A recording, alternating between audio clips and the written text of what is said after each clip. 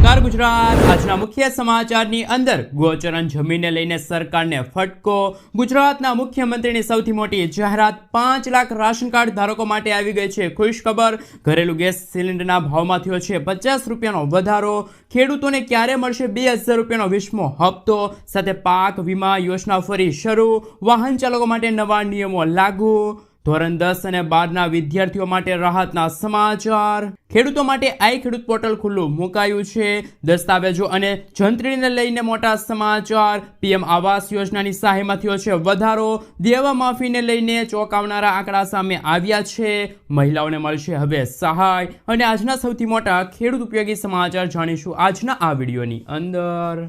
મિત્રો, દરેક સમાચાર દરેક માહિતી જણાવીએ એ પહેલા ગુજરાતના જે પણ મિત્રો ચેનલ પર જો પહેલી વાર આવ્યા હોય તો મિત્રો ખાસ કરીને વિડીયોને એક લાઇક કરી ચેનલને સબસ્ક્રાઇબ કરવાનું ભૂલતા નહીં। સાથે આજનો આ વિડીયો છે જેને અંત સુધી જોતા રહેજો। મિત્રો, અત્યારના તાજા અને ખૂબ જ અગત્યના સમાચાર સામે આવી રહ્યા છે। રાજ્યના 5 લાખ રાશન કાર્ડ ધારકો માટે સારા સમાચાર આવ્યા છે। સરકારે રાશન કાર્ડમાં ઈ-કેવાયસી કરવાની સમય મર્યાદામાં વધારો કર્યો છે। અગાઉ આ પ્રક્રિયા પૂર્ણ કરવાની અંતિમ તારીખ 31 માર્ચ 2025 હતી, જેને હવે વધારીને 30 એપ્રિલ 2025 કરવામાં આવી છે। હવે મિત્રો, ગણતરીના દિવસો જ બાકી છે। રાજ્યમાં હજુ પણ લગભગ 5 લાખ રાશન કાર્ડ ધારકો એવા છે કે જેમણે આ પ્રક્રિયા પૂર્ણ કરી નથી। આથી સરકારે આ નાગરિકોને વધુ એક તક આપવા માટે સમય મર્યાદા છે લંબાવી દીધી છે। એટલે કે મિત્રો, તમે 30 એપ્રિલ સુધીમાં તમારા રાશન કાર્ડને આધાર કાર્ડ સાથે લિંક કરાવી દેજો। સાથે સાથે મિત્રો, જો વધુ માહિતી મેળવવામાં આવે તો સરકારે આ અંગે સ્પષ્ટપણે કહ્યું છે કે જે લાભાર્થીઓ 30 એપ્રિલ સુધીમાં પોતાનું ઈ-કેવાયસી નહીં કરાવે તો તેમને મળવાપાત્ર મફત રાશન સહિતના તમામ લાભો બંધ કરી દેવામાં આવશે। એટલું જ નહીં, તેમનું રાશન કાર્ડ પણ રદ થઈ શકે છે। સરકાર માત્ર પાત્રતા ધરાવતા લાભાર્થીઓને જ રાશન કાર્ડનો લાભ આપવા માગે છે અને આ માટે રાશન કાર્ડને આધાર કાર્ડ સાથે લિંક કરીને બાયોમેટ્રિક્સ વેરિફિકેશન દ્વારા ઓળખ સુનિશ્ચિત કરવામાં આવી રહી છે। મિત્રો, આગલા સમાચાર વિશે વાત કરીએ તો ખૂબ જ અગત્યના સમાચાર સામે આવી રહ્યા છે। વાહન ચાલકો સાવધાન થઈ જાજો, નવા નિયમો લાગુ થવા જઈ રહ્યા છે। જો મિત્રો તમે ઇન્સ્યોરન્સ વિના તમારું વાહન રસ્તા ઉપર ચલાવો છો તો સાવધાન થઈ જાજો। ટ્રાફિક વિભાગ હવે વીમા વગરના વાહનો ઉપર બાજની જેમ નજર રાખશે। તમને ટ્રાફિક વિભાગ તરફથી દંડની નોટિસ મળી શકે છે। તેની તૈયારી તેના અંતિમ તબક્કામાં હોવાનું સૂત્રો પાસેથી જાણવા મળ્યું છે। આ હેઠળ દરેક રાજ્યના મુખ્ય વીમાકર્તા વીમા વિનાના વાહનોનો ડેટા રાજ્યના ટ્રાફિક વિભાગ સાથે શેર કરશે।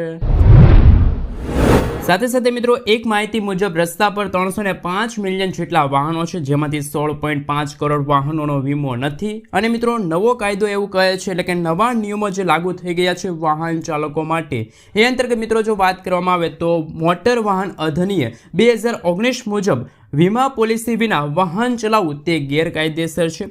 આવા કિસ્સામાં પ્રથમ વખત તમને 2000 રૂપિયા અથવા તો 3 મહિના સુધીની જેલ થશે બીજા ગુના માટે, અને ત્યાર પછી વીમા પોલિસી વિના ડ્રાઇવિંગ કરવા માટે 4000 રૂપિયાનો દંડ છે એ ફટકારવામાં આવશે। અને મિત્રો, આ દંડ છે તમામ વાહનો માટે સમાન રહેશે। એટલે કે મિત્રો, જો તમારી પાસે વાહનનો વીમો નથી અને એ વાહન તમે મિત્રો રસ્તા ઉપર ચલાવો છો તો ટ્રાફિક વિભાગ તમને દંડ ફટકારી શકશે। મિત્રો, આગલા સમાચાર વિશે વાત કરીએ તો ગોચરણની જમીન મુદ્દે ગુજરાત હાઈકોર્ટનો મહત્વનો ચુકાદો। ગોચરણની જમીન લઈને ઉદ્યોગોને આપી દેવાની સરકારની નીતિઓ હવે નહીં ચાલે। ગોચરણની જમીનને હાથ લગાડતા પહેલા પણ રાખવું પડશે સરકારે કેટલીક બાબતોનું ખાસ ધ્યાન। ગોચરણની જમીન લઈ લીધા બાદ સરકાર દ્વારા દૂરના અંતરે નવી જમીન ફાળવતા ગુજરાત હાઈકોર્ટમાં જાહેર હિતની રીટ કરવામાં આવી છે, જેને લઈને હાઈકોર્ટ ગોચરણની જમીન મુદ્દે સરકારને ફટકાર લગાવી। પહેલાં તમે કહો છો કે આ ગોચરણ જમીન છે અને પછી કોર્ટમાં કહો છો કે આ જમીન નથી, એ હવે ચાલશે નહીં। તો મિત્રો, ગોચરણની જમીન મુદ્દે ગુજરાત હાઈકોર્ટનો સૌથી મહત્વનો ચુકાદો। મિત્રો, ત્યાર પછીના સમાચાર વિશે વાત કરીએ તો પશુપાલકો માટે આવી ગઈ છે ખુશખબર। સરકાર ખેડૂતોને ખુશ કરવા અને તેમની આવક વધારવા માટે અનેક પ્રકારની યોજનાઓ ચલાવી રહી છે। આ અંતર્ગત મિત્રો જો વાત કરવામાં આવે તો હવે સરકારે ખેડૂતોની આવક વધારવા માટે પશુ કિસાન ક્રેડિટ કાર્ડ યોજના શરૂ કરી છે, જે અંતર્ગત ખેડૂતોને ગાય અને ભેંસ ખરીદવા માટે લોન આપવામાં આવશે. આ યોજનાનો લાભ લઈને ખેડૂતો તેમના પશુપાલન વ્યવસાયનો વિસ્તાર કરીને તેમની આવક વધારી શકશે. નાણામંત્રી નિર્મલા સીતારમણ દ્વારા રજૂ કરવામાં આવેલા બજેટ અંતર્ગત કિસાન ક્રેડિટ કાર્ડની મર્યાદા 3 લાખ રૂપિયાથી વધારીને 5 લાખ રૂપિયા નક્કી કરવામાં આવી છે. સાથે સાથે મિત્રો ખેડૂતોને પશુ કિસાન ક્રેડિટ કાર્ડ પર બેંક તરફથી વાર્ષિક 7% વ્યાજ દરે લોન આપવામાં આવશે. ખેડૂતને 2 લાખ રૂપિયા સુધીના દેવાની ચૂકવણી પર વાર્ષિક 3% પ્રોત્સાહન પણ આપવામાં આવશે. જે ખેડૂતો ઝડપથી લોન ચૂકવે છે તેમને 2 લાખ રૂપિયા સુધીની લોન રકમ માટે 4% વાર્ષિક વ્યાજ દરે તાત્કાલિક લોન આપવામાં આવશે. આ યોજનાનો લાભ મેળવવા માંગતા ખેડૂતો નજીકની બેંકમાં જવું પડશે. પશુ કિસાન ક્રેડિટ કાર્ડ યોજનાનો લાભ લેવા માટે બેંક દ્વારા માંગવામાં આવેલા ફોર્મ તમે સબમિટ કરી શકો છો. મિત્રો, ત્યાર પછીના સમાચાર વિશે વાત કરીએ તો ખેડૂતો માટે બીજા એક મહત્વપૂર્ણ સમાચાર સામે આવી રહ્યા છે. ખેડૂતોની જુદી જુદી સરકારી યોજનાનો લાભ લેવા માટે વર્ષ 2014માં ખેડૂત આઈ પોર્ટલ શરૂ કર્યા બાદ પછી 11 વર્ષે તેમાં સુધારો કરીને નવું પોર્ટલ લોન્ચ કરવામાં આવ્યું છે. આ પોર્ટલમાં ખેતીવાડીની 45 અને બાગાયતીની 50 જેટલી સરકારની જુદી જુદી યોજનાઓમાં ખેડૂતો ઘરે બેઠા ઓનલાઈન અરજી કરી શકશે. નવા વર્ઝન સાથેનું ખેડૂત પોર્ટલ આગામી 22 દિવસ સુધી ચાલુ રહેશે અને પશુપાલન વિભાગ માટે આવું જ બીજું એક જુદું પોર્ટલ આગામી દિવસોમાં શરૂ કરાય. આ ખેડૂત પોર્ટલના નવા વર્ઝન પછી તેમાં હવે આગામી દિવસોમાં મોબાઈલ એપ પણ શરૂ કરવામાં આવી શકે છે. સાથે મિત્રો, અરજી કર્યા પછી ખેડૂતોને સમયાંતરે SMS મોકલીને સતત અપડેટ કરવામાં આવશે. એટલું જ નહીં, ખેડૂતો પોતે પણ પોતાની અરજીનું સ્ટેટસ છે એ જાતે જોઈ શકશે તેવી વ્યવસ્થા આ નવા વર્ઝનમાં કરવામાં આવી છે. મિત્રો, ત્યાર પછીના સમાચાર વિશે વાત કરીએ તો વાહન ચાલકો માટે નીતિન ગડકરીની સૌથી મોટી જાહેરાત. નીતિન ગડકરીએ એક મોટો નિર્ણય લેતા હાલની ટોલ સિસ્ટમ નાબૂદ કરી દીધી છે. તેમણે સેટેલાઇટ આધારિત ટોલ વસૂલાતની જાહેરાત કરી છે. ગડકરીએ કહ્યું છે કે આ સિસ્ટમ લાગુ કરવા પાછળનો ઉદ્દેશ ટોલ વસૂલાત વધારવાનો અને ટોલ પ્લાઝા પર ભીડ ઘટાડવાનો છે. આ પહેલાં ગડકરીએ કહ્યું હતું કે હવે સેટેલાઇટ આધારિત ટોલ કલેક્શન થશે. તમે જેટલી મુસાફરી કરશો તેટલા પૈસા કપાશે. પરંતુ મિત્રો, ક્યારથી અમલમાં આવશે આ યોજના એ અંગે હજુ કોઈ પણ સ્પષ્ટતા કરવામાં આવી નથી. એટલે કે ભારતમાં અને ગુજરાત રાજ્યની અંદર આ ક્યારથી નવા નિયમો છે લાગુ થશે, નવી સિસ્ટમ શરૂ થશે એ અંગે કોઈ પણ જાણકારી આપવામાં આવી નથી. મિત્રો, ત્યાર પછીના સમાચાર વિશે વાત કરીએ તો સરકારી લાભ લેવા માટે આધાર કાર્ડ ફરજિયાત. જો તમારે નવું બેંક ખાતું ખોલાવવું છે, સિમ કાર્ડ ખરીદવું છે કે કોઈ સરકારી યોજનામાં લાભ મેળવવો છે તો આવી સ્થિતિમાં તમારું આધાર કાર્ડ અપડેટ રાખવું ખૂબ જ જરૂરી છે. જો તમારા આધાર કાર્ડને 10 વર્ષ થઈ ગયા છે તો એમાં મોબાઈલ નંબર, સરનામું, નામ બદલી ગયું હશે, જેને અપડેટ કરવું જરૂરી છે. એટલે આધાર કાર્ડને વહેલી તકે અપડેટ કરવા સરકારે આદેશ આપ્યા છે. જો તમે આધાર કાર્ડ અપડેટ નહીં રાખો તો તમારા બેંક ખાતા અને સરકારી યોજનાના લાભ મેળવવા માટે તમારે મુશ્કેલીનો સામનો કરવો પડી શકશે. મિત્રો, ત્યાર પછીના સમાચાર વિશે વાત કરીએ તો પાક વીમા યોજના ફરી શરૂ. પાક વીમા યોજના ગુજરાતમાં ફ્રી વાર શરૂ કરવાને લઈને અત્યારે સૌથી મોટા સમાચાર સામે આવી રહ્યા છે. વર્ષ 2025 અંતર્ગત સૌથી મોટા સમાચાર સામે આવ્યા. ગુજરાતમાં ફરીવાર પાક વીમા યોજના આગામી ખરીફ સિઝનથી શરૂ કરવામાં આવશે તેવી જાહેરાત ગુજરાત સરકાર, ગુજરાતના મુખ્યમંત્રી ભૂપેન્દ્ર પટેલ દ્વારા કરવામાં આવી છે. આ વખતે પાક વીમા યોજનામાં ખેડૂતોને લાભ થાય અને વીમા કંપનીઓ છે મિત્રો ખેડૂતોને લૂંટી ન જાય તે માટે દરેક નિયમો અને શરતો ખેડૂતલક્ષી કરવામાં આવી છે. ખેડૂતોને પાક વીમાની રકમ 48 કલાકમાં મળી જશે તેવી ઝડપી પ્રોસેસ સાથે પાક વીમા યોજના ફરીવાર ગુજરાત રાજ્યમાં શરૂ કરવામાં આવશે. મિત્રો, ત્યાર પછીના સમાચાર વિશે વાત કરીએ તો હાલ ખાસ કરીને અગત્યના સમાચાર સામે આવી રહ્યા છે. દેવા માફી અંગે આંકડા સામે આવ્યા. ગુજરાતના લાખો ખેડૂતો દેવામાં ડૂબેલા છે. ખેડૂતોએ મિત્રો આશરે 1 લાખ કરોડ રૂપિયાથી પણ વધારાની લોન બેંકો જેમ કે જાહેર ક્ષેત્રની બેંકો અને ખાનગી ક્ષેત્રની બેંકો તરફથી આ લોન લીધી છે.